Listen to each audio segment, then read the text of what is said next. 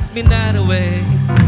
Oh, cast me not away from thy presence, oh Lord, and take not thy Holy Spirit from me.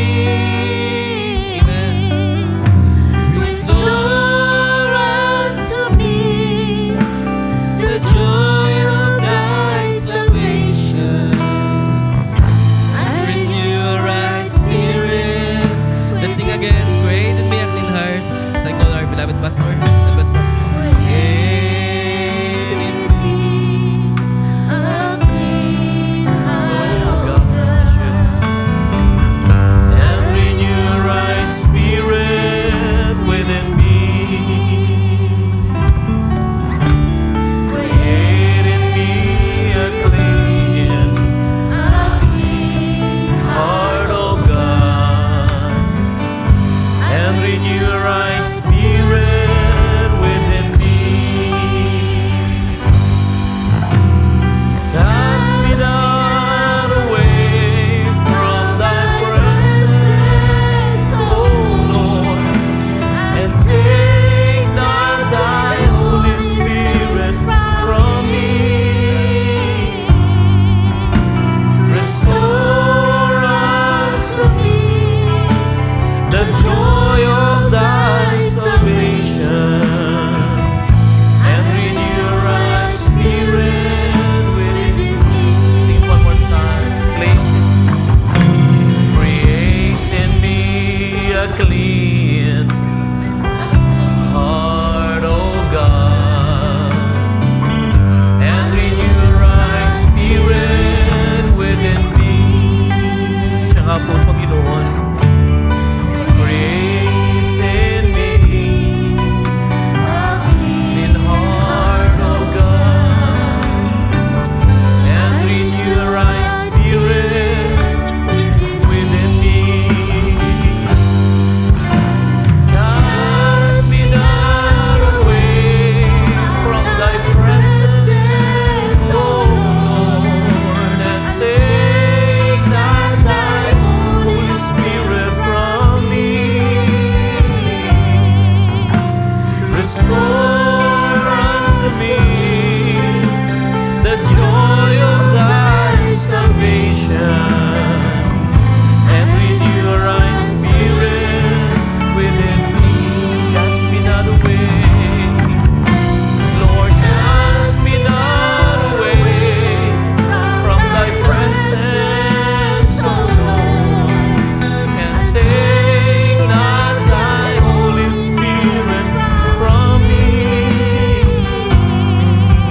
Restore unto me the joy of thy salvation, and renew a right spirit within me. Oh, yes, Lord, and renew a right spirit within me. Amen. Yan bang design natin, mga kapatid, sa gabing ito? Palakpakan natin ang ating Panginoon. Hallelujah! Praise God, praise God, praise God. Tayo po ay manalangin. Aming Diyos, purihin ka. Salamat muli, Panginoon, sa iyong katapatan at kabutihan sa gabing ito. Lord, na kami ay dinala mo sa lugar na ito upang ikaw ay aming purihin, upang ikaw ay aming sambahin, upang muling, Lord, matuto at lumago sa pananampalataya sa iyong mga salita, Panginoon ng buhay.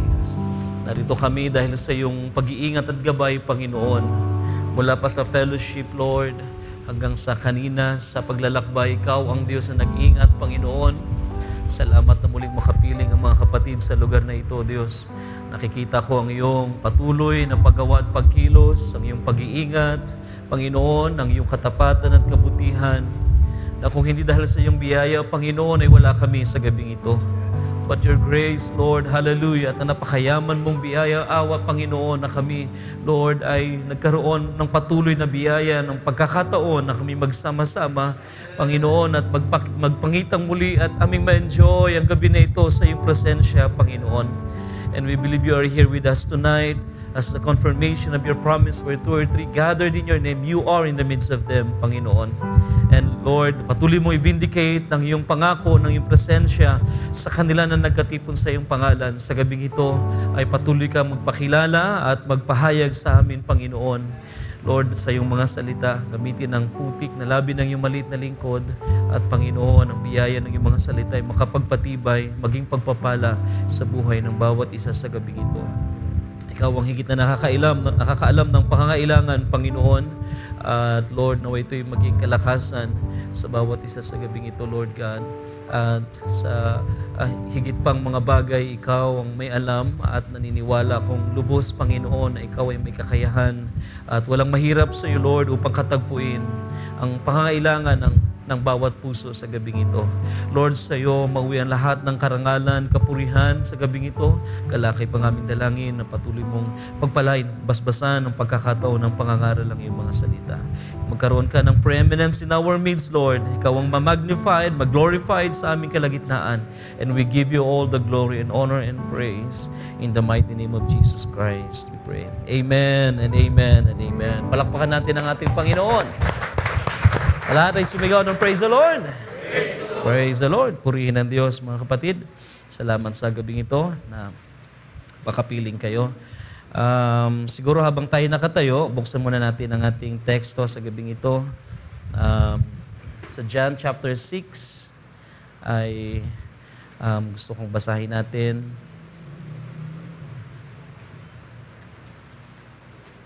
John chapter 6. Simulan natin sa verse 68. Verse 66, mga kapatid. Hanggang 69. So, John chapter 6, verse 66. As a result of this, many of his disciples left and would no longer walk with him. So Jesus said to the 12, "You do not want to live also, do you?" Simon Peter answered him, "Lord, to whom shall we go? You have the words of eternal life. And we have already believed and have come to know that you are the Holy One of God." Amen to His word. Amen. Purihin ang Diyos. Makakaupong lahat, mga kapatid. Muli, magandang gabi sa inyong lahat. Naitanong ko nga kay Pastor Jay kanina kung ilang porsyento ang nakakadalo pag Wednesday. Dahil syempre, minsan ko lang kayo makita. Masarap sana makita, mas marami. Sa Sunday po ay nasa Baclaran ako. Binibiro ko si Pastor Ed. Nagkita kami doon sa Libmanan. Sabi ko sa kanya na kahit hindi mo na ako imbitahin, imbitahan ko ng sarili ko para mabayaran ko na yung utang ko sa kanya. Dahil last year, after ng youth camp, supposedly, ay anniversary pa dito, ano? Nakadalo pa ako. That was September, tama? September. Supposedly, dadaan pa ako sa kanila, sa Baclaran. Di na ako natuloy. Dahil sa ilang mga concerns sa home church sa amin, sabi ko sa kanya, sige, babayaran ko na yung utang ko. Kaya sa Sunday po, nandun ako. Sa amin na lang sa panalangin ng aking pagmi-minister doon. Gusto ko lang munang magpasalamat din sa Panginoon sa kanyang pag-iingat at gabay. At dala ko ang pagbati ng mga kapatiran mula sa amin, sa Gandara. At of course, si Sister Arlene po, salamat sa inyong panalangin at suporta. Siya po ay lumulusog na uli. Salamat sa Panginoon. Ako, naka-live yata tayo ngayon. Naka-record ba to? Makikita niya, lagot ako pag uwi. Kasi ayaw niya ikikwento ang kahit ano. Pero ang aking conviction, sabi ko nga sa kanya na kailangan pasalamatan ng Panginoon. Dahil napakaganda ng ginawa ng Diyos sa buhay niya, mga kapatid. She was at the brink. Nasa edge na siya ng life niya. Wala kayong masyadong idea, pero nasa dulo na siya, nasa edge na siya, mga kapatid. Hindi ko alam kung anong standard ng hemoglobin, pero sa kanya 8 or 9, gano'n nakababa. Sobrang anemic niya. At napakapayat. Hindi naman halos butot balat, dahil dati siyang mataba, may konting excess ng skin, pero malnourished na. Simula nung siya ay nag-diet until nung makauwi kami nung December after ng fellowship dito, January, nandun na kami nakatira sa church dahil yung supposedly pangbayad ng renta ng upa ng bahay ay ibinibili niya ng kanyang medicines o ng supplements.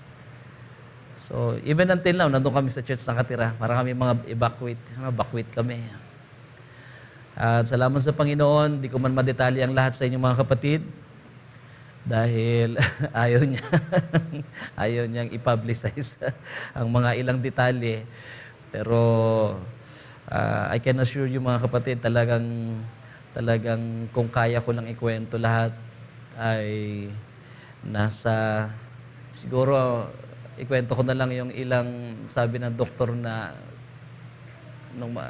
hindi niya mabanggit ang Diyos kasi mga doktor yun, pero sa puso namin gawa ng Diyos dahil yung tumor ay nasa edge na para maging cancer. May termino sila hindi ko na ma-recall. Pero nasa boundary na at yun ay posibleng mag-convert into cancer. Pero thank God dahil hindi kumalat sa kanyang katawan. Talagang buko lang siya, pero napakalaki. At very, very gruesome yung itsura. Ikukwento ko lang. Pero sabi nga nila, bakit hindi ko raw ikinikwento, wala akong pinagsasabihan. Sabi ko, yung mga very close sa amin, alam na nilang nangyayari. So I think nakarating naman sa inyo rin ang ilang mga bagay at salamat sa inyong prayers dahil sa laki niya mga kapatid, akala namin hindi maisasara ang sugat pero nung magkita kami ng doktor sa entrance ng operating room, naikwento niya sa akin ng ilang mga bagay. And thank God, kahit gaano kalaki yung bukol, naisara at sa ganito na lang yung sugat niya. At yung sugat niya, bagamat siguro sa loob ay medyo pa yung wound, pero sa labas ay natutuyo na mga kapatid. At sa katunayan, nakakasama na siya sa amin sa Kalbayog at binibiro ko nga, baka next month mag-drive na siya. Pero grabe ang nangyari. At salamat sa Panginoon. In all of that, mga kapatid, pinupuri namin ang Diyos sa kanyang kabutihan at katapatan dahil kahit man ako, sa tingin pa lang, itsura pa lang niya, sa mata ng tao, parang malapit na siyang para sa isang pusong madaling maapektuhan ng kanyang kalagayan, pwedeng magsabi na isang langaw na lang, pipirma, and done deal na. And yes, the feeling was there na akala ko talaga kukunin siya ng Panginoon. But last minute, at nagpahayag siya na, sabi niya, Daddy, dali mo na ako. So, thank God, kahit man last minute, hindi naman nahuhuli ang Diyos sa ating buhay. Laging on time ang paggawa ng Panginoon, mga kapatid. At salamat sa inyong mga panalangin at mga suporta na naiparating sa amin. Napakalaking tulong. Dahil doon kami ay lubos ang pasalamat sa inyong lahat. Purihin ang Panginoon sa kanyang mawi ang lahat ng kapurihan at kaluwalhatian. Amen. Wala akong maraming oras mga kapatid at mamaya ay meron pang panahon para sa ating mga prayer request. And so, sa ating paksa, balikan ko lang ang ating teksto.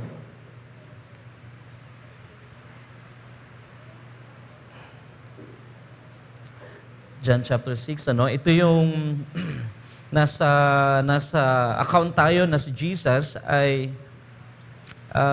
sa kanya ay pinahayag ng mga apostolo, ng mga disipulo, ng mga alagad na marami nang umalis dahil sa bigat ng kanyang pangangaral, ng kanyang mga pagtuturo na hindi kayang sikmurain ng mga followers. At ang mga followers, sabi nila na hindi namin kaya ito, masyadong mabigat. So, mali sila.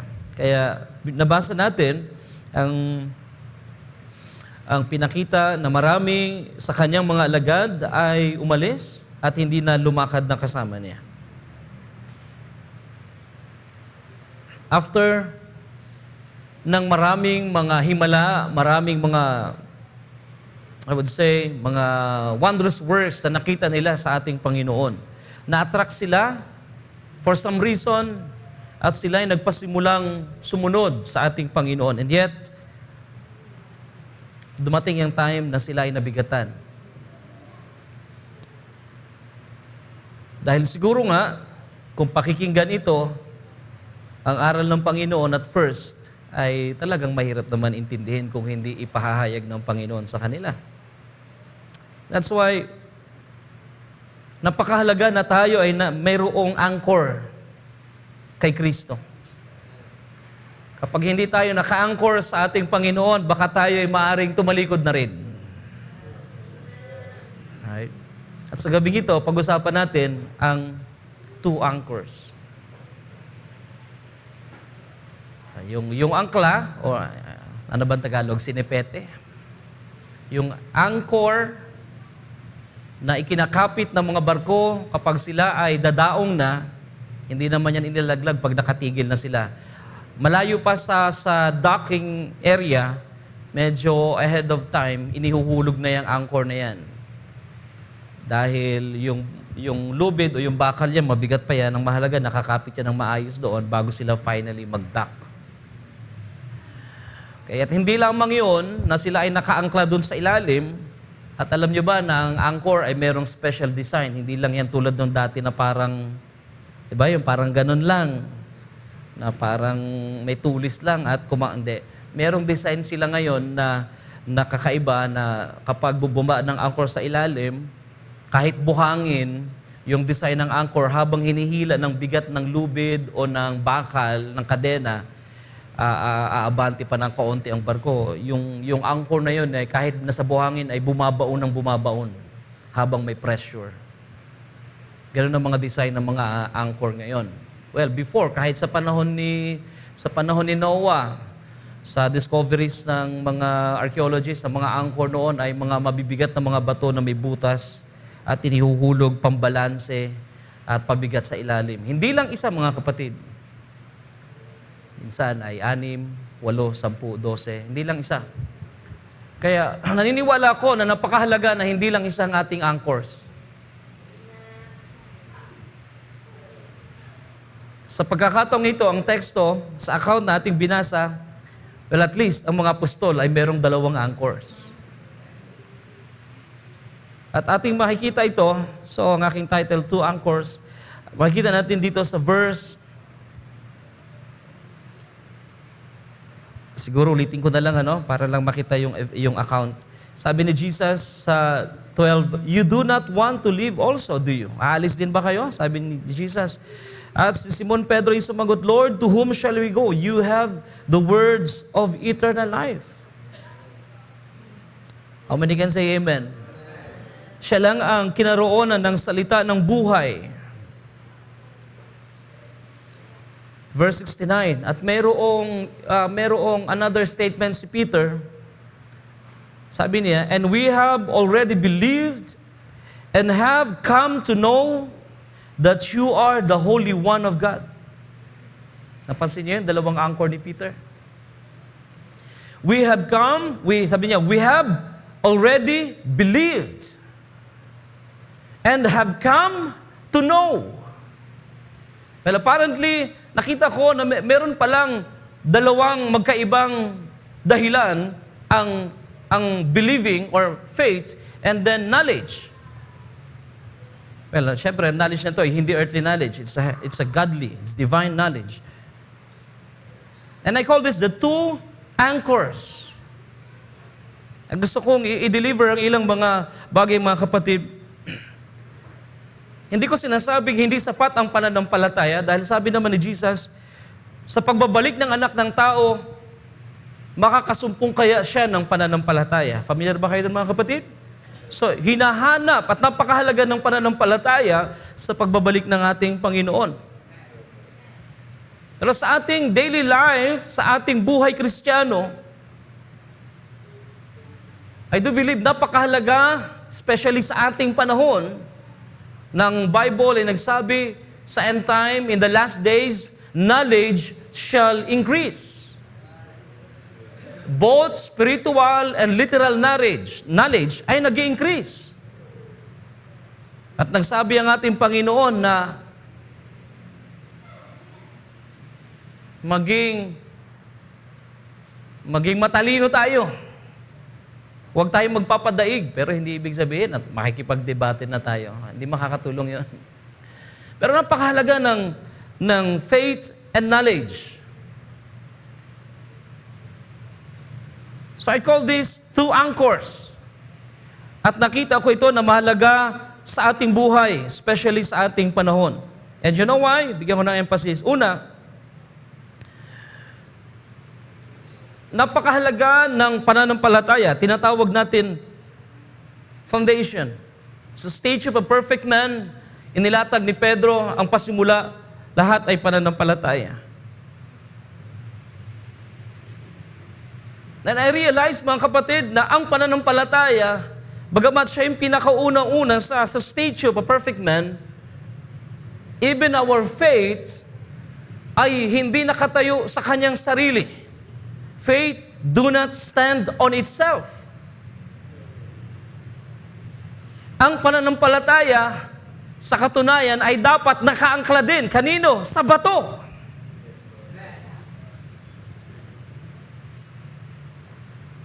Na gusto nating maintindihan, gusto kong makita natin, mga kapatid, sa gabi na ang victorious life, ang faith walk ng mga mananampalataya, especially in this end time, ay napakahalaga na maintindihan natin na resulta ito ng kung ano at paano tayo sumasampalataya.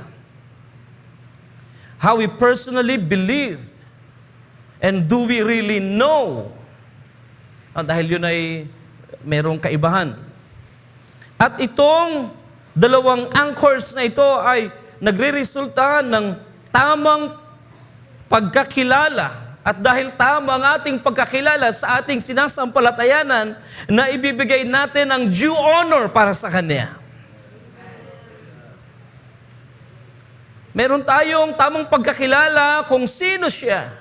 Hindi lang tayo sumasampalataya kung ano siya, dahil siya ay Mesiyas, pero mahalagang makita natin na dapat maintindihan natin, malaman natin kung siya nga talaga. Kasi kapag pananampalataya, pwede mong sabihin na, well, I believe you are the Christ. I believe you are the Messiah.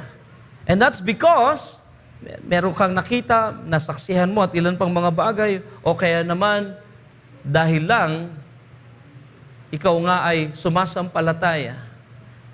Pwede bang sabihin, ano man ang sabihin ng salita ng Diyos, basta I believe. Pwede naman siguro yon.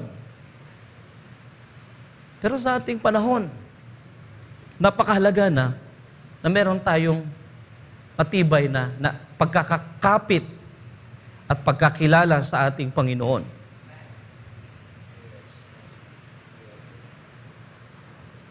Sa panahong ito na napakasama ng ating generation, ng age na ito, kailangan natin ng higit sa isang angkla para makapanatili. Dahil maraming atake ang dyablo, kaliwat kanan marami siyang atake. We need more than one anchor, mga kapatid, to stand afloat. Dahil masyadong malakas ang bagyo na mga dumarating sa ating panahon. Kung masabi natin, pananampalataya lang, although yun, napakahalaga. I want you to see a few things bago ko ituloy yung ilang mga statements. Una, faith cannot stand on itself. Meron siyang kailangan. Anong kailangan ng pananampalataya? Familiar tayo, Romans chapter 10.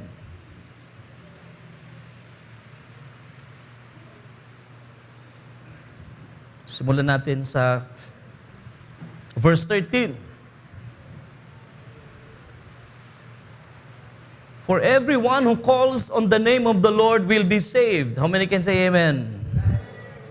Pero alam niyo ba, maraming tumatawag sa Panginoon ngayon? Pero hindi naliligtas.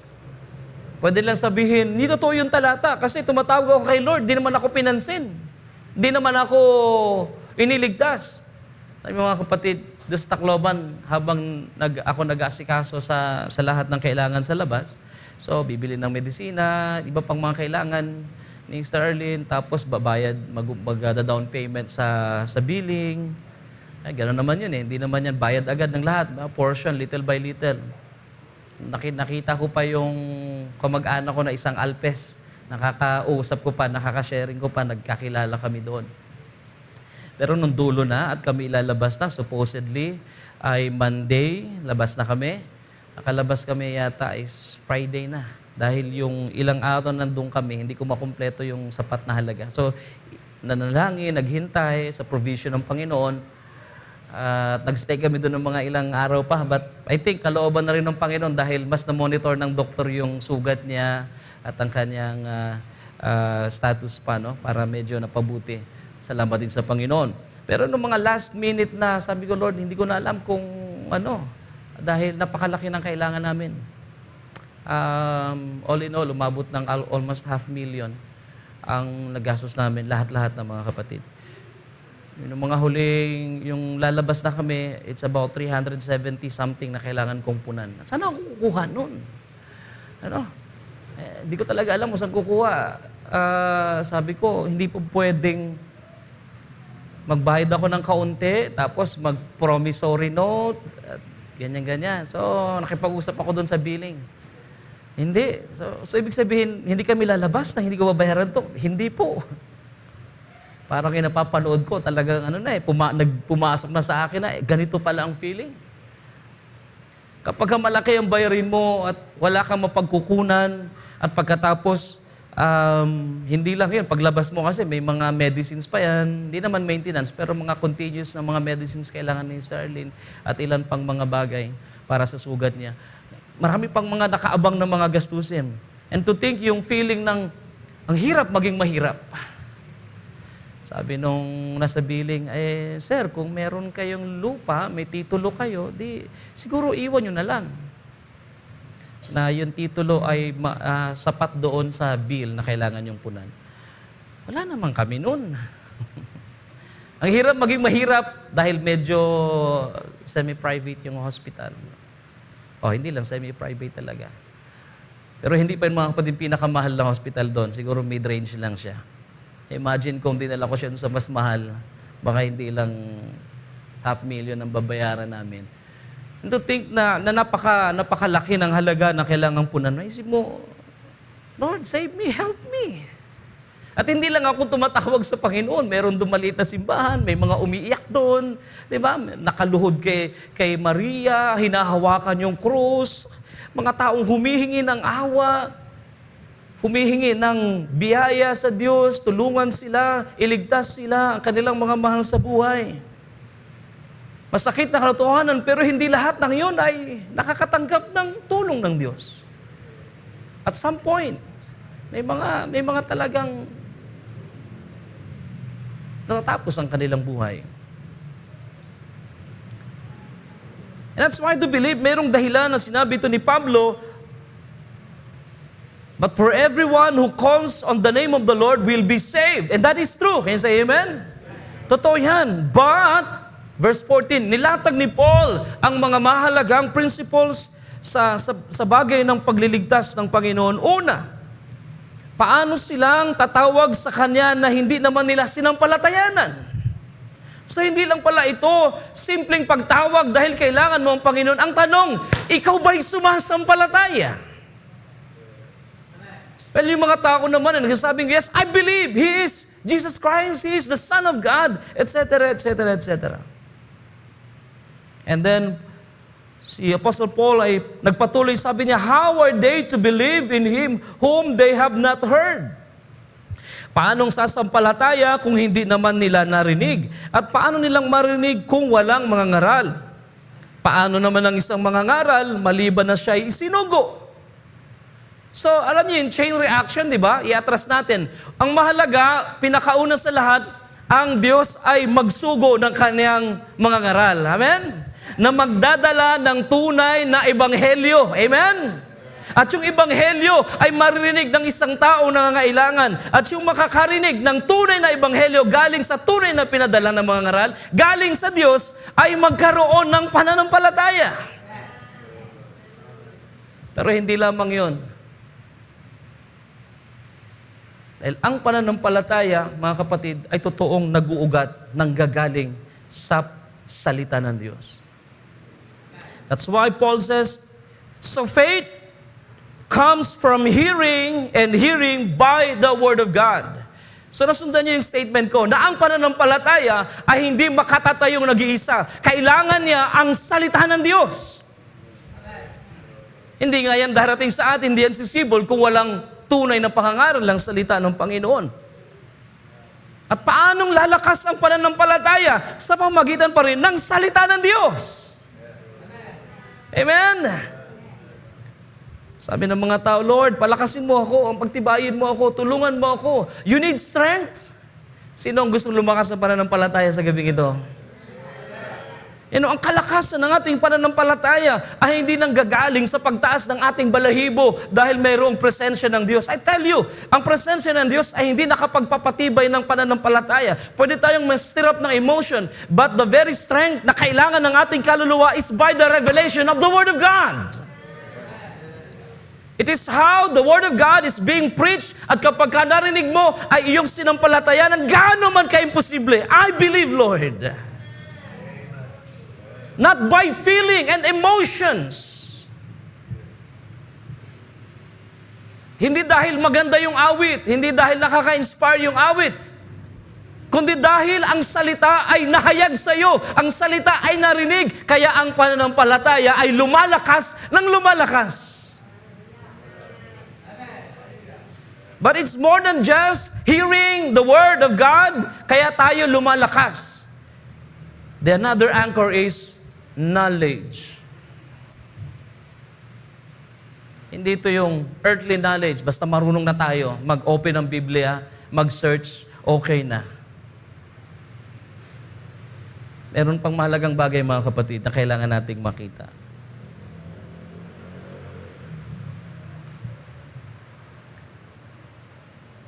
Okay, so, going back to our text, pinuntahan ko yun para bigyan ng emphasis na ng ating pananampalataya will never exist without the Word of God. Hindi lalakas, hindi titibay, hindi magiging malusog na pananampalataya, hindi magiging matagumpay na pananampalataya dahil lang lumakas tayo. We need the very Word of God. Katulad ng sinabi ni Jesus, man shall not live by bread alone, but by every word. Hindi sinabi ni Jesus by every emotion. Hindi sinabi ni Jesus by every goosebumps. No, but by every word. Kaya kahit walang goosebumps, kahit walang emotion, kahit walang drama, kahit malungkot ka, kahit masaya ka, basta mayroong salita, ikaw ay lumalakas at tumitibay. May mga tao kasi naglilingkod sa Panginoon. Pag masaya lang sila, pag malungkot at maraming problema, ayaw na. Bigat ng problema ko, Pastor, pasensya, hindi mo na ako makakadalon. Talagang hirap na hirap ako. Because your faith is standing on emotions. Ang joy mo is based on emotions. Ang worship mo is based on emotions. Ang praises mo is based on emotions. Pero kung ang iyong pananampalataya, ang iyong pagsamba, ang iyong pagpupuri ay nakabase sa salita ng Diyos, kahit bagsak na bagsak ang emotion, pumaparoon ka sa church para magpuri sa Panginoon. Napunta ka sa fellowship, dumadalo ng Bible study regardless. Dahil ang pananampalataya mo ay hindi mabubuhay kung wala ang salita ng Diyos. Hindi lalakas, hindi ma-charge yan without the Word of God. That's why yun ang statement na binitawan ko kanina, faith cannot stand on its own. Faith is standing on the Word of God. It needs the very Word of God. And now, Magandang itanong sa ating sarili, mga kapatid, anong ginagawa ng pananampalataya sa buhay natin?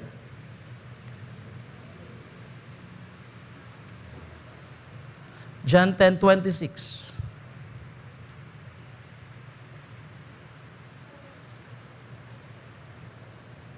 Hanggang anong oras po ba ako? 8:45? Okay. John 10. Sabi sa verse 26. 28. So 27, mga kapatid. My sheep listen to my voice, and I know them and they follow me. And I give them eternal life, and they will never perish. No one will snatch them out of my hand.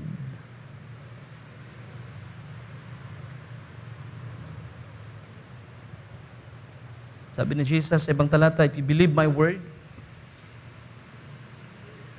you have eternal life. Di lamang yung word na yun, but the testimony. Let's read. Okay. 1 John chapter 5.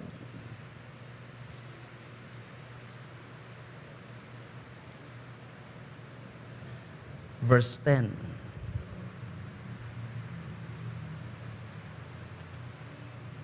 The one who believes in the Son of God has the testimony in himself.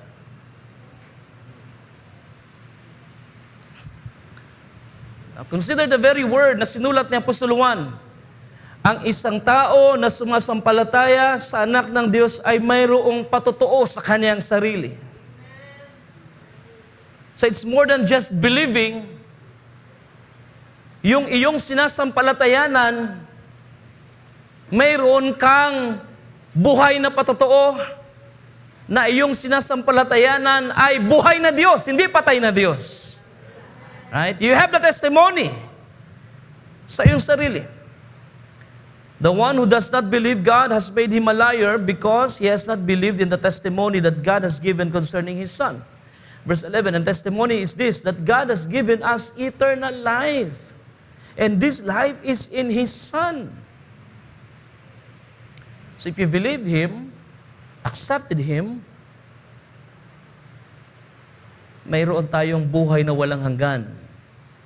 At ang buhay na walang hanggan na yon, sabi ng verse 12, the one who has the Son has the life, has life. The one who does not have the Son of God does not have life. Right? So in simple words, ang isang taong tinanggap niya ang anak ng Diyos sa kanyang puso at kaluluwa ay mayroong buhay na walang hanggan. Amen? Yung hindi tumanggap kay Kristo, of course, there's no life in him dahil si Kristo yung buhay ay tinanggihan niya.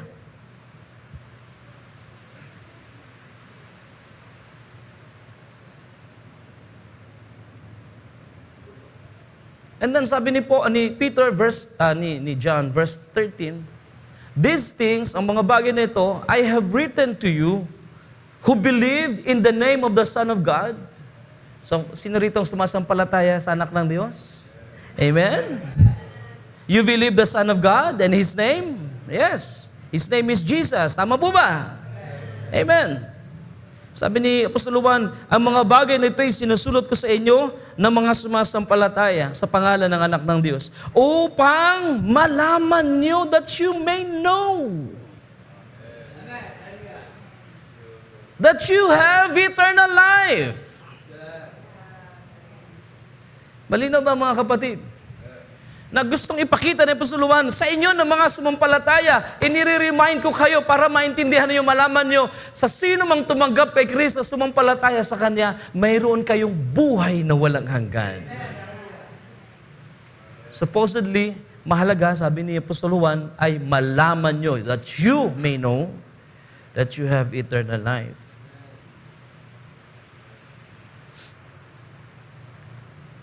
So, tayo mga believer, we say, yes, we have eternal life. And I believe it, I have it. Kayo ba'y sumasampalataya meron ng buhay na walang hanggan? You better live it. Ipamuhay natin yan. I-exercise natin yan. Meaning, tayo ng mga may buhay na walang hanggan ay hindi na, supposedly, hindi na dapat masyadong maapektuhan ng mga earthly things. Right? Because tayo ay, sabi pa ni Brother Branham, tayo ay meron ng eternal life. Wala na tayong kailangan. Hindi na tayo yung taker, tayo na yung giver. Dahil Jesus is in us. Ang buhay ay nasa atin, kaya ang ating tungkulin, i-share ang life na ito sa mga tao na nangangailangan pa. Pero bakit may mga taong sige pa rin, kailangan nilang i-encourage sila. Sige pa rin, kailangan mong alalayan. Dahil nandun pa sila sa proseso. Though they believe, somehow, they believe Jesus Christ, the Lord, the Messiah, the Savior, the Christ, but they lack something. And we keep on reminding them na kung tayo sumasampalataya sa anak ng Diyos, sino ba si Jesus para sa atin? Sino ba siya para sa inyo? Kaya ang tanong ng Panginoon sa mga alagad, ano bang sabi ng mga tao tungkol sa akin? Sabi nila, ganito, ganyan, isa sa mga propeta, etc., etc. Then, bidalingan ng Panginoon ng kanyang mga alagad, kayo, ano sinasabi niyo tungkol sa akin? Meaning, ano ang pagkakilala niyo tungkol sa anak ng tao, sa akin? Doon sumagot si Peter. Diba? Sabi ni Peter, Thou art the Christ, the Son of the living God. Sino ba si Jesus para sa inyo? Para sa atin. Sino ba siya para sa atin? Titus chapter 2.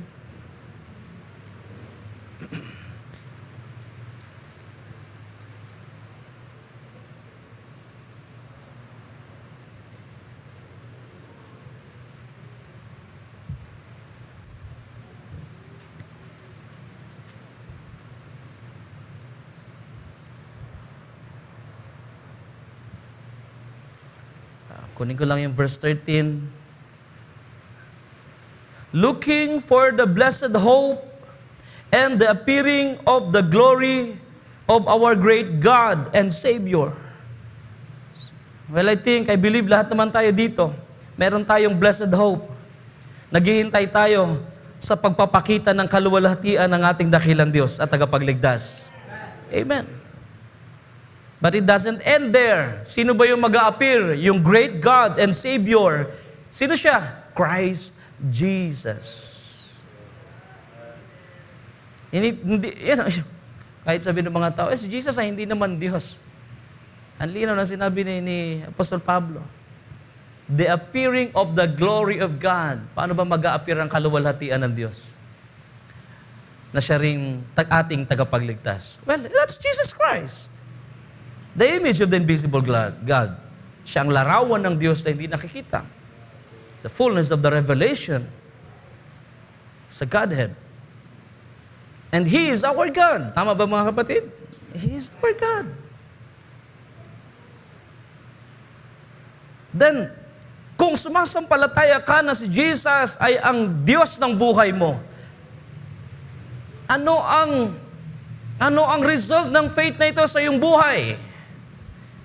Bakit nag-fail pa rin tayo sa fellowship, sa pagsamba, sa pagpupuri? Bakit tamad pa rin ng mga tao? Bakit malamya at bakit malungkutin? Bakit palagi na-discourage? If Jesus is your God and you believe He is your God, right? Anong ginagawa nito sa buhay mo? And kung nasusundan niyo ako mga kapatid, may mga taong nagkiklaim at nagsasabi, they believe Jesus.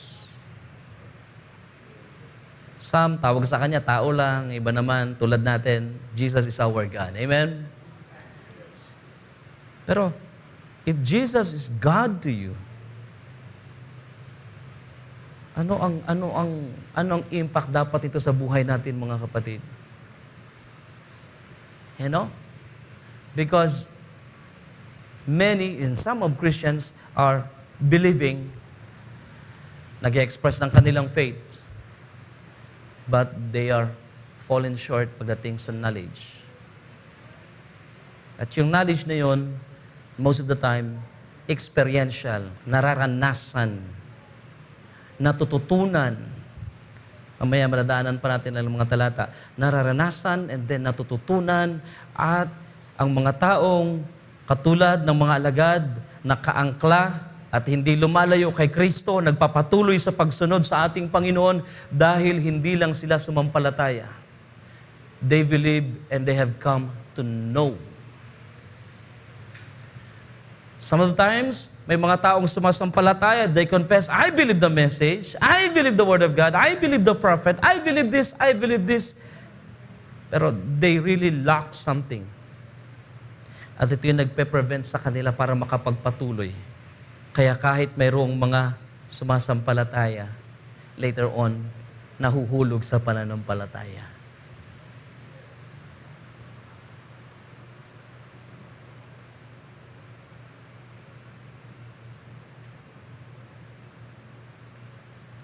Kung tayo nakakaranas, nararanasan natin, ang sabi ni Pablo, na itong karanasang ito ang nagtuturo sa atin ng marami pang mga bagay. Hindi lang yung karanasan ng mga problema, mga kapatid. Ang pinag-uusapang karanasan ito ay karanasan sa salita ng Diyos. And I think, yun ang minsan ang kulang sa buhay ng isang Kristiyano. They believe something, and yet they lack the experience about that something. They believe Jesus Christ. They believe the message of the hour. Lumaki na, natuto na, namulat na. Kagaya ko, namulat na ako sa mensahe. Yeah. Yan na-realize, kahit na tayong mga namulat na, lumaki na sa loob ng mensahe. At para sa inyo na tumanggap na sa mensahe, ay mahalagang maintindihan na hindi lang pala sapat na tayo ay namulat na sa loob ng mensahe. Napakahalaga na yung ating sinasampalatayanan, yung ating tinatayuan, yung ating tinanggap na katotohanan sa huling panahon ay mag-umpisang maranasan natin. Ma-experience natin. Sabi ng isang preacher, na tayong mga tinawag ng Panginoon sa huling panahon. Hindi nangako ang Diyos sa atin na kapag ikaw ay may dalang katotohanan, hindi nangako ang Panginoon na walang magre-resist sa iyo. Hindi nangako ang Diyos na walang makikipagtalo sa iyo. Hindi nangako ang Diyos na walang makikipagpilosopohan sa iyo. At hindi nangako ang Diyos na walang magtatraidor sa iyo. Kung anong ginawa nila sa Panginoon, mararanasan natin. Kung maraming napood sa ating Panginoon, sabi ni Jesus, as they have hated me, they will hate you also. And yun ang ating dapat maintindihan, mga kapatid, sa bahagi ng buhay ng ating pagkakilala sa ating Panginoong Diyos. Tayo'y sumasampalataya. But we become even more stronger kapag itong ating sinampalatayanan ay ating nararanasan. Then kapag dumaan tayo sa karanasan, masasabi mo na yung sinabi ni Apostol Pedro, I believe, now I have come to know.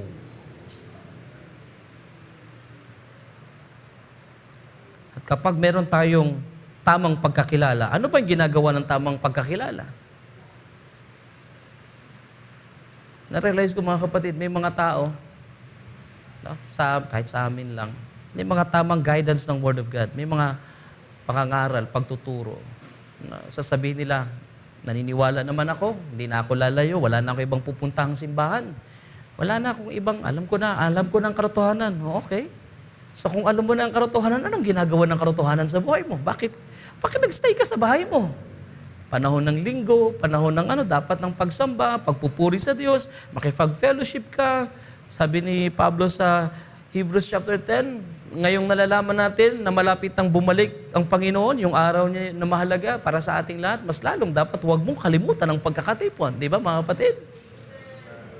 Ay, binasa ko, pinangaral ko doon sa libmanan, yung term na forget not. Sa NASB version, abandon. Do not abandon our gathering together. No, kasi marami talaga abandon ang gawain ng Panginoon. No, kapag may mga mahalagang bagay, kailangan sila, hindi, marami naman dyan, bahala na kayo dyan. Inaabandon na nilang gawain ng Panginoon. Do not abandon. Napakahalaga ng principle yan, mga kapatid, especially hanggang sa pagbabalik ng Panginoon.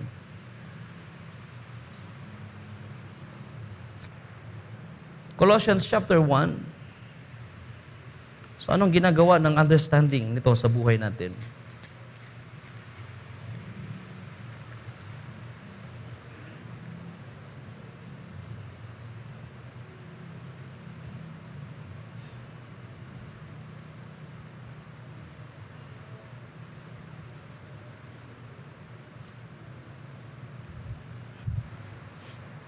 Verse 25.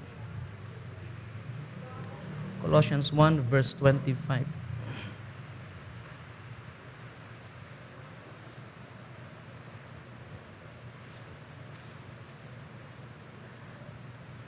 I was made the minister of this church according to the commission from God granted to me for your benefit, so that I might fully carry out the preaching of the Word of God.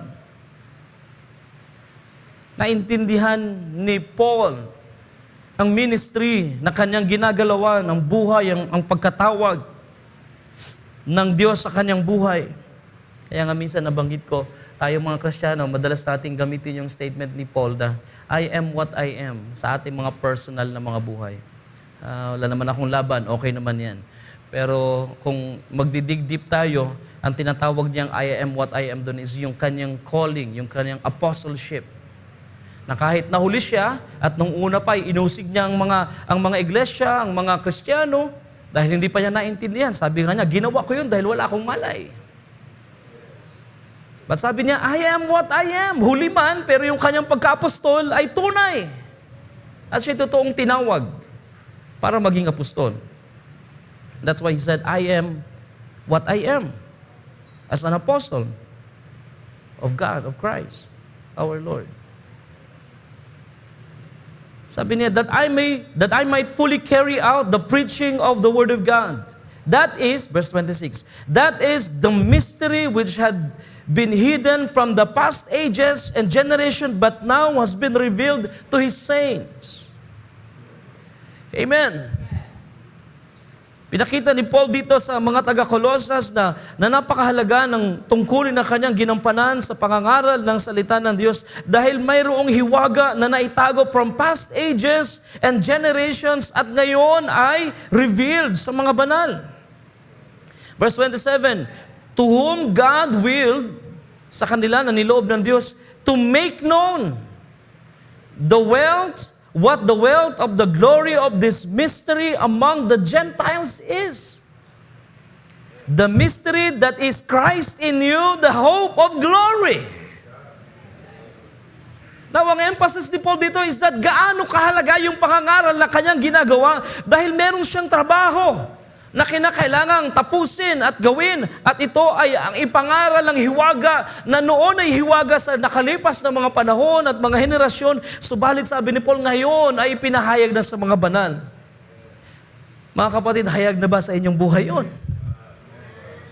Pastor, ano bang revelation yan? 7 seals, 7 thunders, 7 church ages. Bago pa yon, meron pang mas mahalaga. At dapat natin din talagang maintindihan. Ito ay ang personal nating dapat na maranasan. Ito yung hiwaga, napakayaman ng kaluwalhatian ng hiwagang ito. Meaning to say, ang sabihin na si Kristo ay nasa iyo ay hindi isang simpleng bagay lang. Kay Paul, tinawag niya itong the wealth of the glory of this mystery.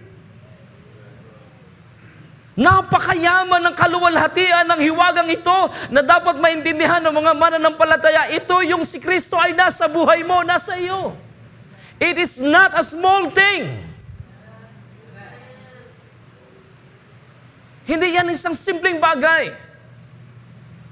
Nami-miss out lang ng mga tao dahil sa kakulangan ng karanasan, kakulangan ng pagtuturo at pagkakilala. Dahil sabi nila, sila'y sumasampalataya na, well, gusto ko sabihin sa inyong mga kapatid, na kahit mayroong mga nagsasabing sila'y sumasampalataya, but later on, sila ay nabubuwal dahil wala silang sapat na foundation ng pagkakilala sa kalooban ng Diyos.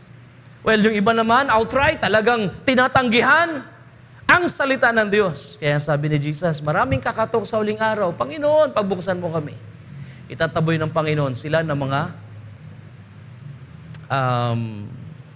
manggagawa ng iniquity. At yung wickedness na yung iniquity na yun is yung hayagang pagsuway sa kalooban ng Diyos. Nalalaman nila, narinig nila yung salita, ipinangaral, pero hindi nila sinunod, hindi nila tinupad. Hindi nila ginawa. Kaya sabi ni Jesus, sino ang aking mga kapatid? Sila na mga tumutupad ng kalooban ng aking Ama. Right? It is not a simple thing. This understanding is so much more than sabihin lang natin, Christ is in me. Greater is He that is in me. Maraming beses yan binigyan ng emphasis ni Brother Branham at sa message, mas madalas kong narinig talaga ang phrase na ito. Christ is in us. Greater is He that is in me than he that is in the world. Right? Sa young people pa lang, mayaman na ito para sa aking puso. Ang maintindihan, Christ is in me. Greater is He that is in me. Pero yung greatness na yon ay hindi naiintindihan, hindi nalalaman ng mga tao unless maranasan nila kung gaano kadakila ang Diyos sa buhay nila.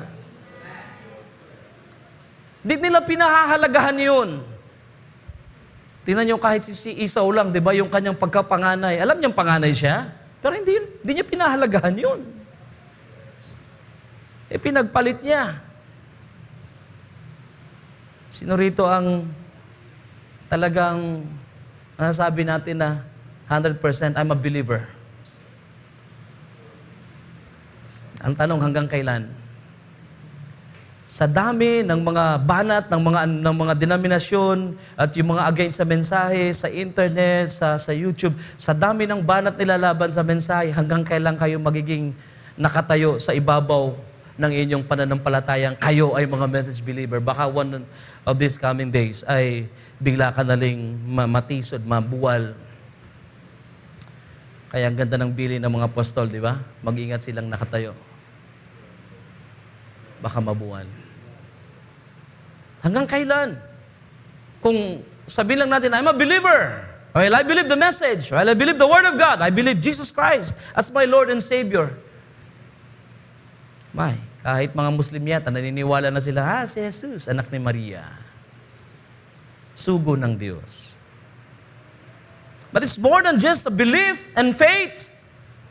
But we understood, naintindihan natin dahil nararanasan natin. Amen? Kayo ba may karanasan na?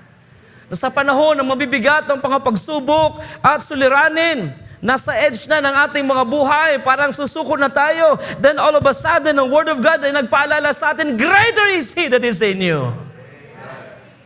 Na para tayo na imasmasan, oh thank God! Di pala ako nag-iisa. Siguro nakalimot ako ng kaunti, but I know in my heart, ikaw ay nasa akin.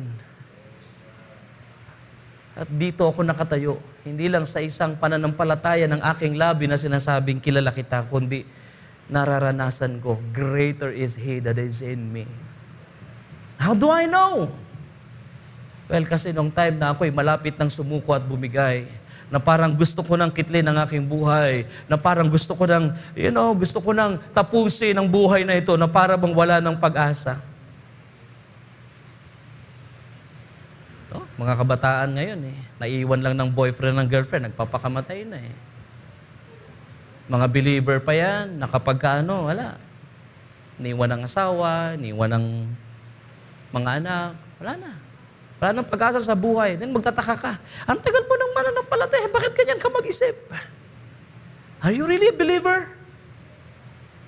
Pagka inuusig na ng sariling asawa, inuusig ng sariling pamilya, kapag ka hinahamak na ng sariling mga mahal sa buhay ang ayong pananampalataya, gaano ka katagal na manatili, lalakad sa pananampalataya? Mga isang araw, bumigay ka na rin, sabihin, pagod na ako, brother, sister, hindi ko na kaya. Tama na to. Buti pa. Ayoko na makipagtalo. Ayoko na. Kung ligtas ako, ligtas ako. Kung hindi ko alam. Right? Sila minsan ang naging mananampalataya. Then all of a sudden. Pero itong wealth of glory ng hiwagang ito sa mga hintil ay ang napakagandang ginawa ng Diyos na pangako niya na kung si Kristo ay nasa iyo, siya ang pag-asa sa kaluwalhatian. Kung ang pag-asa natin para makapagpatuloy sa pananampalataya, kung pag-asa natin ay tao lang, kung ang pag-asa natin ay ang material na kasi kaginhawaan, kung ang pag-asa natin ay kahit pa yung physical na kagalingan, at hanggang dun lang tayo, kaya tayo maglilingkod sa Panginoon, then, nasayang ang biyaya. Pero sino sa gabing ito mga pagsasabi, kahit hindi ako gumaling sa karamdaman, kahit hindi ako makatamo ng malaking material na pagpapala, kahit maging simple at payak at maging mahirap lang ang buhay sa mundong ito, hindi magbabago ang katotohanan. Si Kristo ay nasa akin. At ako ay may pag-asa para sa isang maluwalhating araw. Right? Dahil yun ang totoo. Ng mga tao minsan talagang nakatingin lang sa earthly things, kaya sila nakapaglilingkod sa Panginoon.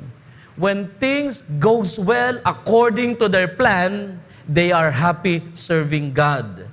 Pero kapag hindi ayon sa kanilang plano, programa, ayon sa kanilang kagustuhan, tatama rin silang maglingkod sa Panginoon. And that's the problem. And I think it's the lack of understanding, lack of knowledge, sabi ng Bible, and the people perish. Hindi naman nagkulang ang Diyos. Alam nila, hindi nagkulang ang Diyos sa kanilang buhay. But they still lumayo pa rin sila sa Panginoon.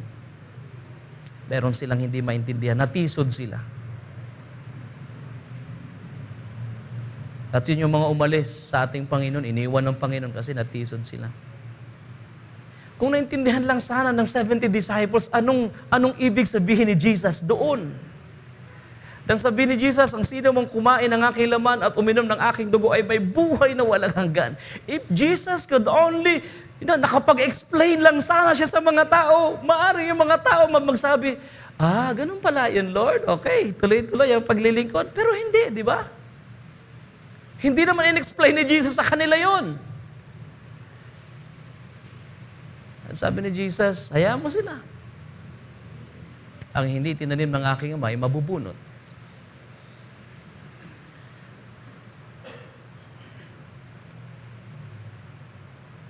Pero alam niyo mga kapatid, may isang talata sa scripture minsan na may misunderstood.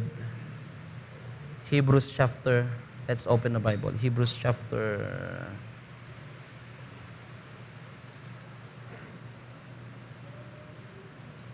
6.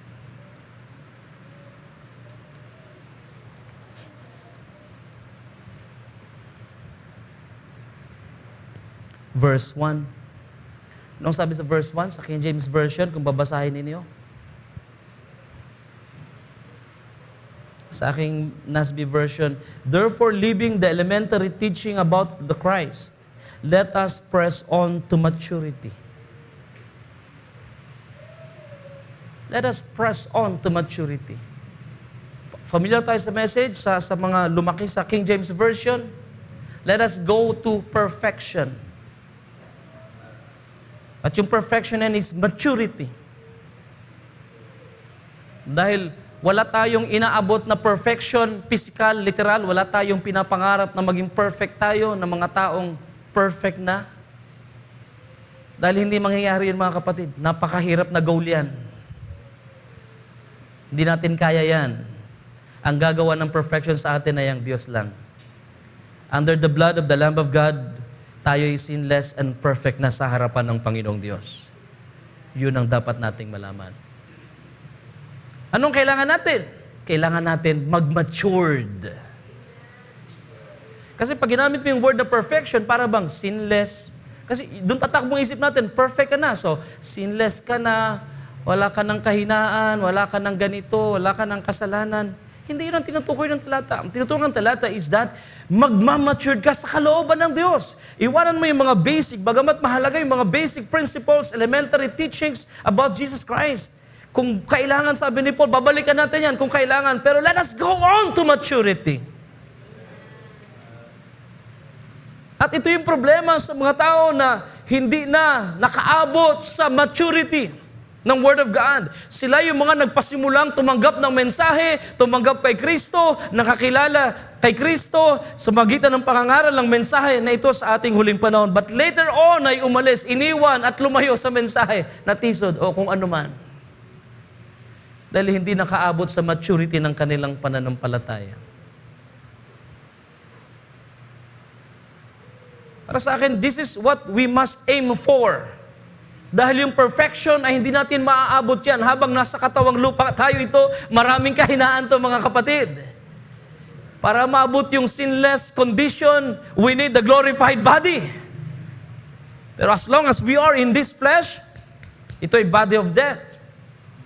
But we must go on to maturity. Hindi man maabot ng ating laman dahil mahina tayo. Pero kapag ang ating spirit and soul ay nagmamatured sa salita ng Diyos, ma-overcome natin ang weakness ng laman na ito. Na pagtatagumpayan natin ang kahinaan ng laman.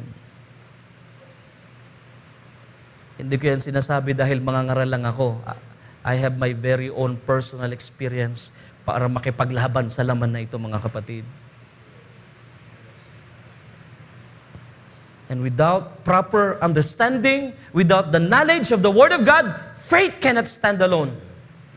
I need to dig deep sa Word of God. I need to study. I need to learn, to grow, magmamature sa Word of God. Then we become stronger believers para makatayong matatag sa masama at madilim na panahon nating kinalalagyan.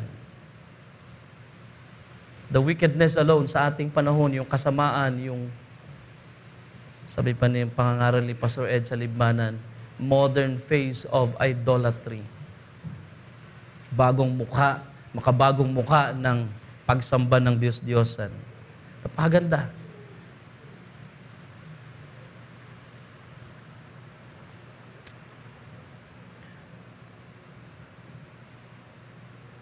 Kung tayo, mga kapatid, ay makaabot sa pagkakilala ng kayaman, ng mayaman na kaluwalhatian ng hiwaga na ito. Meaning to say, it's not a simple experience that Christ is in you. It is a supernatural work of God na maranasan mong si Kristo ay nasa iyo. It is a supernatural work of God na every time na pag tayo ay gagawa na ng hindi maganda at, pwede nang magkasala, mag-i-intervene ng Holy Ghost at makikialam sa iyong mga desisyon sa buhay. No. Magpapaalala siya ng kanyang mga salita. No. Back to the Word. Back to the Word. Back to the Word. Because Christ is in you. Sabi ng sulat sa Jude yun, hindi hahayaan ng Diyos na ikaw ay mahulog. Binabantayan niya every footsteps of the righteous is ordered by God. Binabantayan niya. Kapag may mali ng desisyon, mayroong Holy Ghost na nagpapaalala sa iyo. At kung ikaw ay sealed, ikaw ay mayroong karanasan sa pananahan ng Espiritu ng Diyos, alam mo, ang aking sinasabi, mayroong paraan ng Panginoon ng pangungusap palagi sa buhay mo. May time na lalayo ka na, may time na nalamig ka, may time na ganito, ganyan. But the Holy Ghost is napakabilis niyang kumilos at magre-remind sa iyo about the Word of God. Right? At kung tayo man ay nakapag-commit na ng pagkukulang, i-convict tayo ng Holy Spirit to repent. Kilalanin natin ang ating kasalanan. But it's more than just believing. Meron tayong nararanasan. Yung Diyos na ating sinasampalatayanan ay hindi lang sinasampalatayan na parang nakikita nating bato, estatwa. Yung mismong Diyos na buhay na hindi gawa ng kamay ng tao o anumang anyong inanyo ang bagay, yung Diyos na makapangyarihan sa lahat ay nararanasan natin. These very words of life ay nararanasan natin. 1 John chapter 1.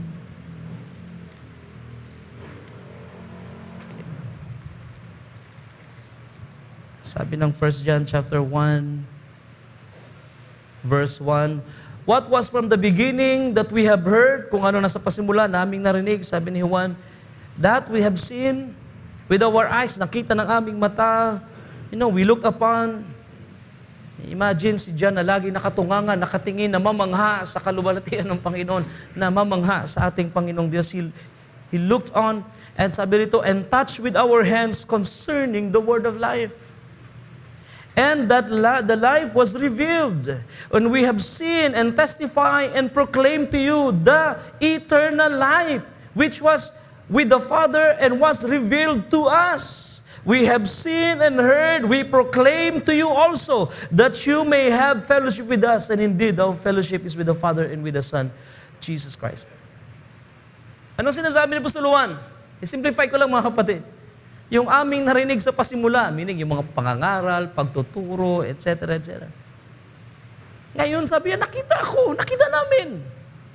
Yung dating propesiya lang, ay literal na sa aming harapan at nahawakan pa ng aming kamay. Ano ba yung nahawakan nila? Life itself, eternal life. Paano nag-conclude si Apostol Juan na tawagin niya ng yakap niya si Jesus Christ? Paano niya nasabing yun ay eternal life? Naintindihan niyo ibig sabihin nun? Yung life itself, na dati, sabi niya, na dating nasa Ama, ngayon ay narito, hinawakan namin, nayapos namin, nayakap ko. Ibig sabihin, naintindihan ni Apostol Juan na ang dating mga pangangaral lang na kanyang sinampalatayanan ay ngayon nararanasan niya na nagkatawang tao. The very eternal life itself ay kanyang nahawakan. That's why to believe. Kung tayo, sinong sumasampalatayang may buhay na walang hanggan na? Kunti lang eh. Sino sumasampalataya may buhay na walang hanggan? Right? You believe, and I believe, we all believe, we have eternal life. Dahil siya nasa atin, right? At sabi ng Bible, tayo ay nailipat mula sa kamatayan tungo sa buhay. Sa kanyang maluwalhati at makapangyarihan na kaharian na walang katapusan. Then, kung yun ay iyong sinasampalatayanan, anong epekto niyan sa buhay mo? Ano ba dapat ang ginagawa niyan sa buhay mo? Siguro it's about time na maintindihan natin, it's not just what we heard from the pulpit. Hindi lamang yung narinig natin sa pulpito, hindi lamang yung ating Bible study o kaya yung ating pinag-uusapan sa ating sharing, kundi meron tayong mga personal experience ng ating mga pinag-uusapan. Amen? Na meron tayong personal na mga karanasan sa kung ano yung ating mga aral na pinag-uusapan. Minsan na ipangaral ko, si Jesus ay hindi lang doktrina sa buhay natin. Si Jesus, ang salita ng Diyos ay hindi lang titik at letra. Siya mismo ay isang persona. He's a person. At kung siya isang persona, dapat ay maranasan nating lahat. At kung aral at doktrina lang, mag-aralan na lang tayo, titik at letra, ganito, ganyan. Mga libro at mga kung ano pang mga textbooks na ating makukumpleto. And we can talk about it. That's powerless. Ang kaharian ng Diyos ay hindi lang puro titik, letra at salita. Sa kaharian ng Diyos ay mayroong joy in the Holy Ghost. Amen? Mayroong demonstration ng kapangyarihan ng Espiritu ng Diyos. Ibig sabihin, hindi lang aral, titik at letra, nararanasan natin ang mga gawa ng Diyos. Napapatunayan natin, Jesus Himself is a person na kinakausap mo sa iyong pananalangin. Jesus Himself, isipin niyo mga kapatid, tingnan ninyo, sabi ng isang libro na nabasa ko, minsan ang sama-sama ng terminology na imagination para sa atin. Imagination is not evil. Pero kapag ginamit mo sa maling paraan, magiging evil talaga yan. But imagination is God's attribute na nailagay sa tao. Ang tao mayroong sense of imagination, mayroong creativity, right?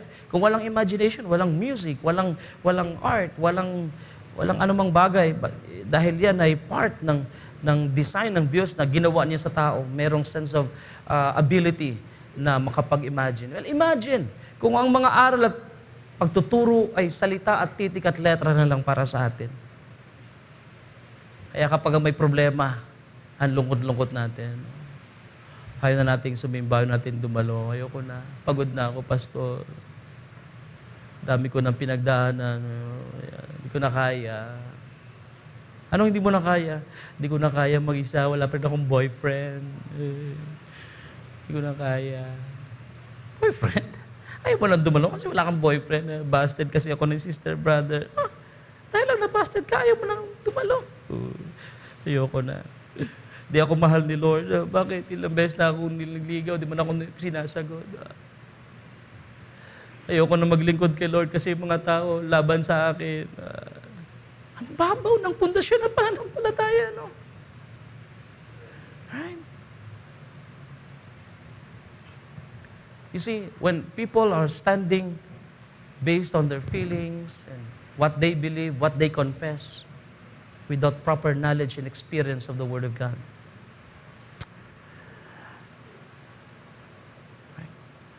sila yung mas madalas na talagang naibabagsak ng kaaway. Ayaw natin mangyari yun kahit kanino man, mga kapatid. How does this understanding affects and transform your life? If you believe Jesus Christ is in you, if you believe that Jesus is more than just a teaching and doctrine, He is a person, isang persona. Hindi mo lang ini-imagine na parang may kasama ka, Lord, iniisip ko kasama kitang lagi. But really, sino sa inyo ang naniniwala kasama natin ng Panginoon? Sometimes, pagka dumaan ng Panginoon sa tabi mo, kinikilabutan ka, multo. Ano? Sabi ni Lord, kung nakikita mo lang ako, di naman ako multo. Ako to. Pwede nating isipin na ang pagdalaw ng Panginoon sa atin, saan yun ng isang brother, ng isang sister, ng isang manggagawa, o kaya saan yun ng pangangaral ng salita ng Diyos, nadadama mo ang paghipon ng Panginoon. And that's right. Pero anong magiging mas epekto nito sa buhay ng isang mananampalataya na yung Jesus na kanyang sinasampalatayanan, gabi-gabi ay kausap niya, tulad ng isang tunay na kaibigan. Right? Doon tayo minsan nagkukulang na akala natin ito ay isang lang na parang kakausapin natin ng Panginoon as a general lang pag nasa fellowship na ganito. Pero kapag tayo nag-iisa, hindi na natin siya kinakausap. But I tell you, totoong sinasabi ng awit, what a friend we have in Jesus. Right? Napakasarap na lagi tayong nakakling sa Kanya. Okay. Tapusin ko lang yung outline ko, mga kapatid. So how does this understanding affects you? It is supposed to transform your worship. Magtatransform ito ng ating paraan ng paglilingkod, pag-worship, pagsamba sa Panginoon. Magtatransform ito ng ating mga testimonies. Magtatransform ito, magbabago ang ating mga pamamaraan ng pangungusap, pamaraan ng pagtungo sa ating mga anak o kung kayo may apo, sa mga mahal sa buhay, it will change you. Dahil si Jesus ay higit lang sa isang persona na yung sinasampalatayanan. Si Jesus ay isang persona na lagi mong kausap, lagi mong kasama. At ikaw ay laging malapit sa Kanya. Kaya natatransform ang iyong life. You know exactly.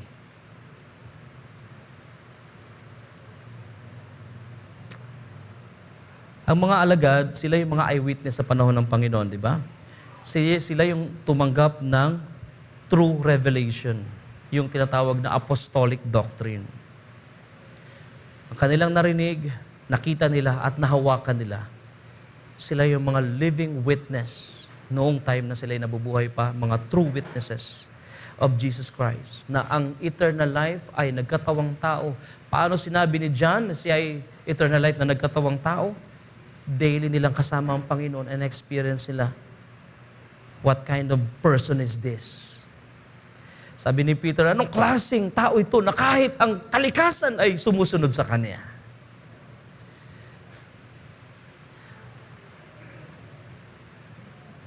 Bigyan ko kayo ng konting idea. I think nabanggit ko na sa inyo minsan to. Imagine si Jesus. Anong nakaraang, I think last few months ago, 2 months ago, may question and answer kami, naitanong at nabanggit na kasi narinig nila, si Jesus daw ay hindi bumata. At siya ay mukhang matanda, di ba? Dahil sabi ng mga tao, paano mo nasabing nakita mo si Abraham? Wala ka pa nga 50 niya. So parang hindi siya normal ang itsura niya, hindi normal. No, para siguro ang tingin sa kanya mukhang matanda. Sabi naman ng Isaiah, walang beauty na makikita sa kanya. Pero merong isang view mga kapatid, personal understanding ko lang to. Merong isang view na nakita ko na si Jesus at the age of 33, hindi siya mukhang matanda, hindi siya mukhang bata. Pero I want to tell you, para sa akin si Jesus ay una, hindi kulubot ang balat. hindi siya, Siyempre, hindi siya nagkasakit. Walang kapintasan ng katawan, walang kasalanan. Sinless body yan, right? Logos yun na nag-incarnate, nagkatawang tao. It's a sinless body. Ang dugo niya, hindi dugo ni Maria na may mix ni Maria at ng dugo na ginawa ng Diyos. That's a sinless blood. It's the blood of God na created by God. So imagine yung kanyang aura. Maaring hindi siya kamukha ng mga normal people sa panahon noon, kaya ang tingin sa kanya ay oldies, o ang tingin sa kanya ay wala sa uso. Japorms, wala sa current fashion. Anong termo natin yan? Baduy. But I tell you, si Jesus walang body odor. Malinis sa katawan si Jesus. Si Jesus ay hindi kulubot ang mukha. I'm pretty sure walang tagyawat yung katulad ko. I'm pretty sure kahit medyo mahaba ang hair niya dahil meron siyang ministry calling ng pagka-Nazarene, so hindi pinuputol ang buhok niya. I'm pretty sure may bigoted balbas siya. Pero hindi siya mukhang awkward na marumi tingnan. Dahil siya ay sinless. Nakuha niyo yung punto? Just the imagination, Imagine that. Life itself ay nahayag sa laman. What kind of body is that? What kind of life is that? Nasabi lang yan dyan dahil naranasan niya. Kung dadalhin natin sa ating spiritual life, physically, wala si Jesus Christ. Pero yung Word of God is living even until now. And Jesus is the same yesterday, today, and forever. If He is a person before sa mga alagad, dapat din maranasan natin siya, mga kapatid. Para sa akin, mahalaga ito. Maranasan natin the very person of Jesus Christ sa ating buhay. Otherwise, nakastick lang tayo doon sa isang paniniwala kagaya ng ibang relihiyon na parang meron lang tayong pinaniniwalaan. Pero wala tayong personal experience. Dahil through that personal experience, then we will know we are more than just someone who believe.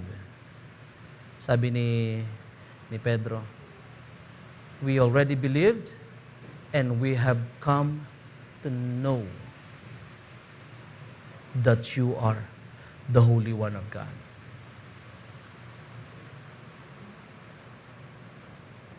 Because of this, ng mga lagad, sila ang eyewitnesses, at sila ay sa kanila naiwan ng true revelation of Jesus Christ. At dumating ang mensahe, after 2,000 years, the message came at ibinalik tayo sa original faith. And that's why to believe tayo ay nakabalik sa original na fellowship, original na pananampalataya, at original na salita ng Diyos. Pero kung iba ang ating revelation, iba ang ating tawag niyan, pagkakilala, maaari hindi tayo nagsasama-sama sa isang fellowship kung meron tayong different understanding. And I think lahat tayo nagsasama-sama sa gabing ito, may fellowship with one another because we believe the very same thing. Amen? And not only that, meron tayong naranasan. kilala natin ang ating pinaglilingkuran. Inawit natin yan. We know whom we believed. We have personal experience. We have experience sa person na yan na si Jesus Christ.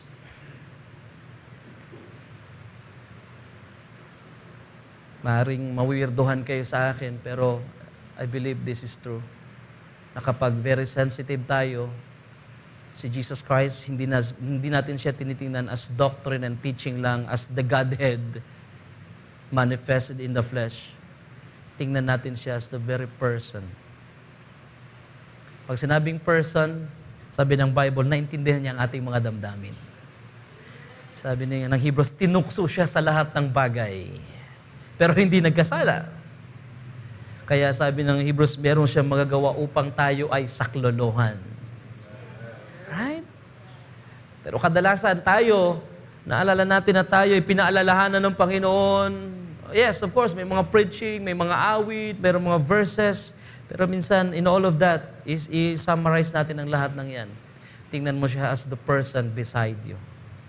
Isang tunay na kaibigan na hindi ka niya iniiwan. Minsan, in-imagine natin, no, Christ in you, the hope of glory. So, syempre, si Jesus Christ, Lord, alam ko nandito ka sa akin. You're inside of me. Well, yes, that's true. Kaya nga ipinangangaral ko yan. Pero when you look at Him as the person, hindi dahil hiwalay sa iyo, kundi tingnan mo siyang isang totoong persona na karamay mo sa lahat ng problema. Yes, that is true. Meron kang tunay na fellowship, you know, the one you believe, you know the person, Jesus Christ, na iyong sinasampalatayanan, you know Him well. Not just by believing the Scripture, although the Word of God is our absolute and the Word of God is true, hindi lang dahil yan ay katotohanan, sinasampalatayanan mo, kundi yung iyong sinasampalatayanan ay nararanasan mo. And you know for sure, it's more than just a verse. Higit pa ito sa talata, higit pa ito sa doktrina at aral, higit pa ito sa mga titik at letra. I know Him very personally. I know Him very well. Because Jesus walks with me.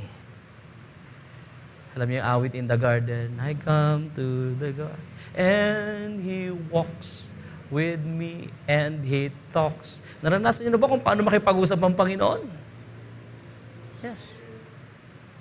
Talking with you, speaking into your heart, kahit ikaw ay nag-iisa, nagbubulay-bulay ng kanyang salita, as if like someone is talking to you, pero just inside your heart. And then kinakausap mo rin siya ng parang tunay na kaibigan. Hindi lang parang, talagang tunay na kaibigan, syempre. But as if like there's a person beside you, lagi mong kausap. But in the form of prayer, syempre, nagpe-pray tayo nun. Okay. Tapusin ko sa ilang mga minuto. So, balikan natin ang ating text sa John 6. I'm closing. Sabi nito.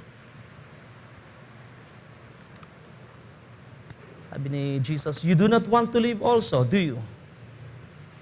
Simon Peter answered him, "Lord, to whom shall we go? You have the words of eternal life.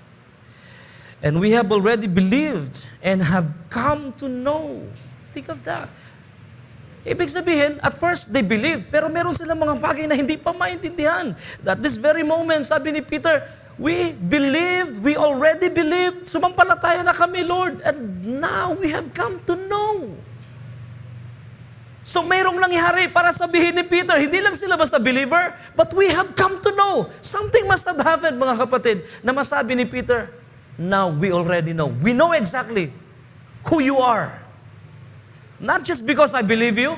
Hindi lang dahil naniniwala o sumasampalataya kung ikaw ay Mesiyas, but now I already know personally. Look at the people na sila ay sumasampalataya lang, but later, di ba? Yung mga believer, sabi ng Hebrews 10, Hebrews 6, na nakatikim sila ng mga supernatural na work ng Holy Spirit, ng Word of God, and then eventually, nabuwal sila, nahulog sa pananampalataya, yung tinatawag na apostasy. Well, I think, kaya si Peter, tinanong man sila ng Panginoon, kayo, aalis din ba kayo? Si Peter is more than just a believer. Hindi lang siya mananampalataya. Hindi lang siya sumasampalataya. Something has happened para masabi niyang, now, we have come to know. Isn't it a good thing, mga kapatid? Dahil sa huling panahong ito, hindi lang tayo matawag ng mga message believer. Kapag may mga tao nakakausap tayo, we can depend. Depensahan natin, we can protect, we can stand very sure, hindi lang dahil tayo mga mananampalataya, but we know for sure by the Word of God, by the Bible, we know exactly what we are saying. Hindi para makipag-debate, hindi para makipag-diskusyonan, kundi sa mga taong naghahanap ng katuwiran, gustong makilala ang kalooban ng Diyos, we stand true to the Word of God, loyal, faithful to the Word of God, hindi lang dahil tayo mga believer, we have come to know. Meron tayong strong foundation, nakaangkla tayo, hindi lang tayong mga mananampalataya, mga believer yan ni William Branham, ng mga mensahe sa huling panahon. Kaya nga minsan, pinipilosopo ng mga tao tayo ito yung mga end time mess. Mess, no? Mess age. Kaya magugulo yung mga yan Nakakaya naman talaga. Yung mga magugulong ang hilig makipagdebate at ipagtatanggol si William Branham, pagtatanggol ang mensahe, pagkatapos mapapahiya sa harapan ng mga tao. Dahil tatawagin na silang mga Branhamites. And that's the problem. Kaya yung iba, tumatalikod na sa mensahe dahil sa mga nangyayari. Mga kapatid, they believe something, pero hindi nila lubos na nauunawaan. Para sa akin, it's a great privilege, napakalaking biyaya, pribilehiyo, at napakasaganang biyaya ng Diyos na tayo hindi lang matawag ng mga mananampalataya. Kailangan matiyak natin, malaman natin, maranasan natin. Hindi lang ito isang mensahe na ating sinasampalatayanan, kundi yung Diyos mismo na nagpadala ng mensahe ay nararanasan natin. Right? Kaya na ipagtatanggol natin. Hindi ang denominasyon o hindi ang grupo, hindi ang sistema, hindi. Sabi nila, mga tugonon yan, grupo ng mga tugonon. Hindi yan ang grupo ng ating pinagtatanggol. Ang pinagtatanggol natin ay ang pagkakilala natin by the grace of God. Amen? Ang balanseng pagkakilala sa mensahe sa huling panahon. Lord, to whom shall we go? Ganda ng inawit natin kanina. Where could I go? But to the Lord. Lord, to whom shall we go? You have the words of eternal life. And we have already believed and have come to know you are the Holy One of God. Sa Matthew 16, you are the Christ, the Son of the living God. Amen. So kapag tayo mga kapatid, bilang mga mananampalataya ay mayroong sapat-sapat na anchor kay Kristo. Di lang tayo mga taong suntok sa buwan at mga nagsasabing kami mga mananampalataya. But we can point them sa Scripture. Kaya nating ilatag sa kanilang harapan ang salita ng Diyos. More than just a teaching and a doctrine, this is exactly what is happening. Ito ang ginagawa ng Diyos sa huling panahon. Karamihan ng mga tumalikod sa mensahe, yung mga hindi naintindihan ang tunay na dahilan bakit may mensahe at ano ang mensahe. Yung iba nga, ini-equate mensahe, Biblia, pareho lang yan. Hindi yan pareho mga kapatid. Kaya maraming tisod sa mga tugon. Maraming tisod sa atin. Dahil hindi yun ang tingin natin. It is not the same. The Word of God is the Word of God. Right? At nang dumating ang mensahe, binabalik tayo sa Word of God ng mensahe. That's the truth. Ang mensahe hindi pinadala para mag-create ng bagong relihiyon. Bagong grupo. Exactly. Yun ang sinabi ni Jesus sa mga alagad. Sa Mount Transfiguration. Okay. I want you to read this. Closing na tayo. Mga huling talata na lang. Matthew 17, tinala ng Panginoong Yesus si Peter, James, and John, led them up on a high mountain by themselves. And then nakita nila sa verse 2, nag-transfigure, nagbago na nga yung ating Panginoon, ang mukha niya nagliwanag, at ang kanyang damit ay ganun din. At nakita nila si Moses at si Elijah, nakausap ng ating Panginoon. At pagkatapos ng vision na yon, sabi ni Peter, Lord, mabuti na manatili dito. At kung gusto mo, magtayo tayo ng tabernacle para sa kanila. Sa inyong tatlo, sa iyo, at kay Moses, at kay Elijah. And then, verse 5, mayroong ulap na nagliwanag at nagsalita, nagsabi, This is my beloved Son, with whom I am well pleased. Listen to Him. Verse 6, when the disciples heard this, they fell face down to the ground and were terrified. So what happened was, magandang suggestion na, Lord, tayo ng tabernacle. Sa'yo dito, tapos si Elijah and si Moses, tatlo para sa inyo. Then Father spoke from heaven, This is my beloved Son, makinig kayo sa Kanya. Siya lang ang inyong pakikinggan. Na-rebuke si Peter. Yun ay harapang rebuke. God Himself rebuked this man, ang kanyang creation. At silang tatlo ay nagpatira pa at nagpakumbaba sa harapan. Well, yung voice na yon, hindi lang simpleng voice. It's a thunderous, it's a kind of voice na talagang manginginig ang iyong laman kapag ang tinig ng Diyos ay ating maririnig. And so they fell down. Okay? Yun ang sabi ng talata dito. They fell face down to the ground and were terrified. Exactly. Verse 7, And Jesus came to them and touched them and said, Get up! So, na-fell down sila, nagpatira pa sila dahil narinig nilang tinig ng Diyos. Get up and do not be afraid. At nang sila'y tumingala, verse 8, They saw no one except Jesus Himself alone.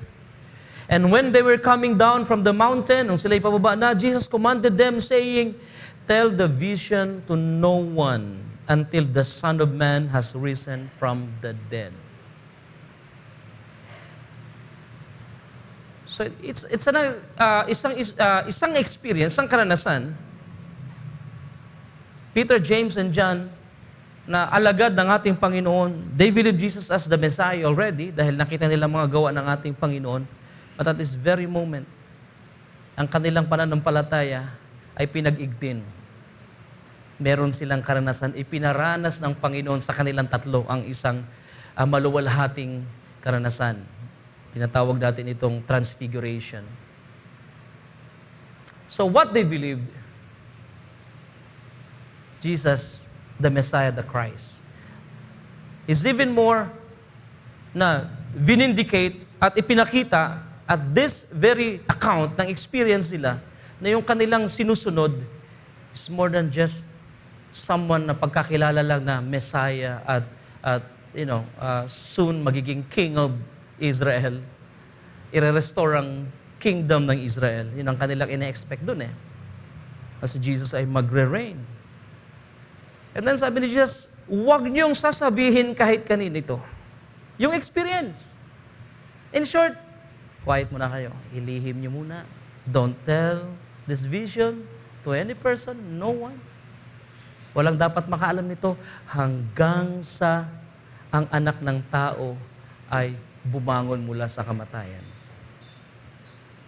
And I think, yun ang pinaka-sell, yun ang pinaka-ultimate vindication or ultimate proof kung sino talaga siya, yung resurrection.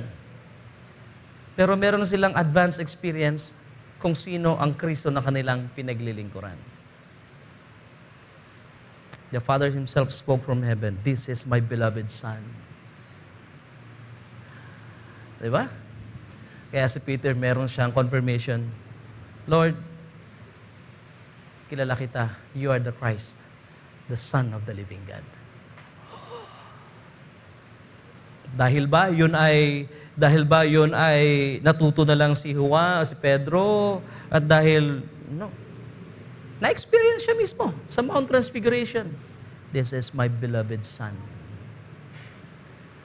So, not just believing, But Peter, James, and John had this experience. The God of heaven spoke.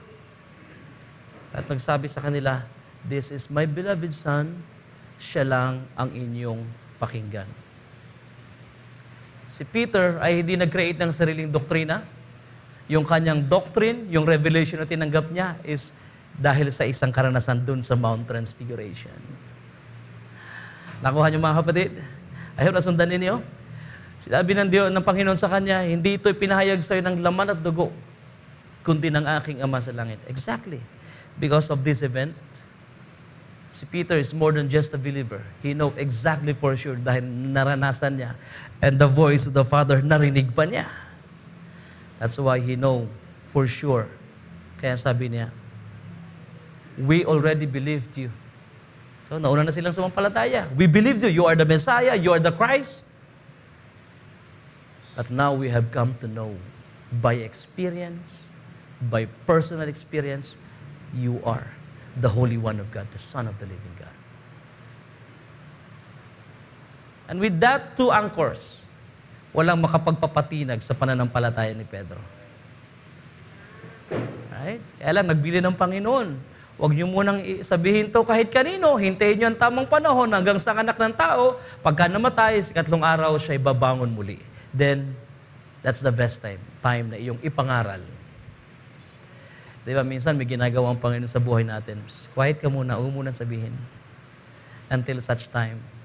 At pag pinakita na ng Panginoon, okay, panahon na para sabihin, wala kayong kamalay-malay, may ginawa ang Diyos sa buhay ko. Right? Dahil siya ay hindi lang titik, letra, aral, doktrina, siya ay karanasan at nakita ko, nakilala ko siya. Not just by believing. I have already believed. No, kagaya ng ilan sa atin, mula pa mga maliliit pa tayo, narinig din natin, nalaman na natin na mayroong end-time message, na may messenger, may prophet, and then tayo ay naibalik sa original na aral. Maliliit pa, alam na natin yan. Pero this time, magpo-45. Imagine. Yung aking mga naririnig noon, na aking sinampalatayanan. Gaya ng laging sabi ng tatay ko, huwag tayo matakot, huwag tayo mag-alala, buhay ang Diyos. Kung siya ang tumawag sa atin, hindi niya tayo pababayaan. Right? Hindi na yon turo at aral na lang para sa akin. Naranasan ko na mga kapatid. Right? Na ang Diyos ay manggagamot, na ang Diyos siya ang Jehovah Jireh, Jehovah Shammah, Jehovah Rapha, etc., etc. More than just a doctrine and teaching. I have heard and I have believed. Ako'y sumampalataya. But more than that, I have come to know dahil naranasan ko siya. That's why I have two anchors in my life. Bukod sa tayo'y sumasampalataya, meron tayong mga personal experience na yung ating sinasampalatayanan ay totoo at realidad sa buhay natin. Kaya kahit maraming umalis, mga kapatid, kayo din ba aalis? Maraming mga nanlalamig, maraming mga gustong lumayo na, napapagod na sa paglilingkod. Sana hindi tayo mga kapatid. Amen? Kanino pa tayo pupunta? Siya lang ang kinaroonan ng salita ng buhay. Wala nang iba, hindi natin makikita kahit kanino, kahit saan, sa Kanya lang. Wala na tayong pupuntahan mga kapatid. Where could I go but to the Lord? Come what may, mangyari ang dapat mangyari kung ano pang itudulot ng Panginoon. Sabi ng kanta, kaya sera-sera. Whatever will be, will be. But I have my anchors, nakaangkla sa bato ng ating pananampalataya, ang ating Panginoong Jesus. Siya'y buhay. Amen mga kapatid? Palakpakan natin ang ating Panginoon. Praise God, praise God, praise God. Tayo yumuko at manalangin.